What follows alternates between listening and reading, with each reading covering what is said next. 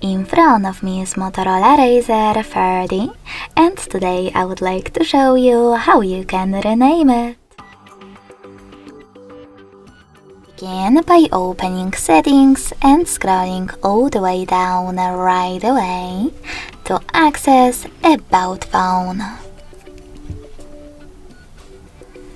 Then click on Device Name section located under Basic Info and type in wherever you wish to.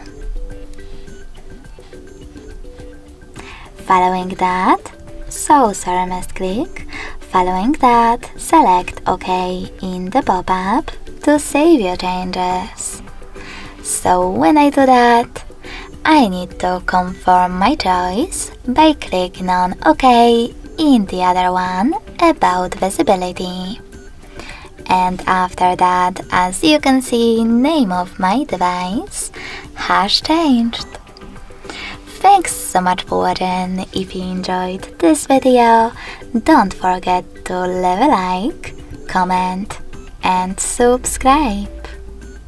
Bye!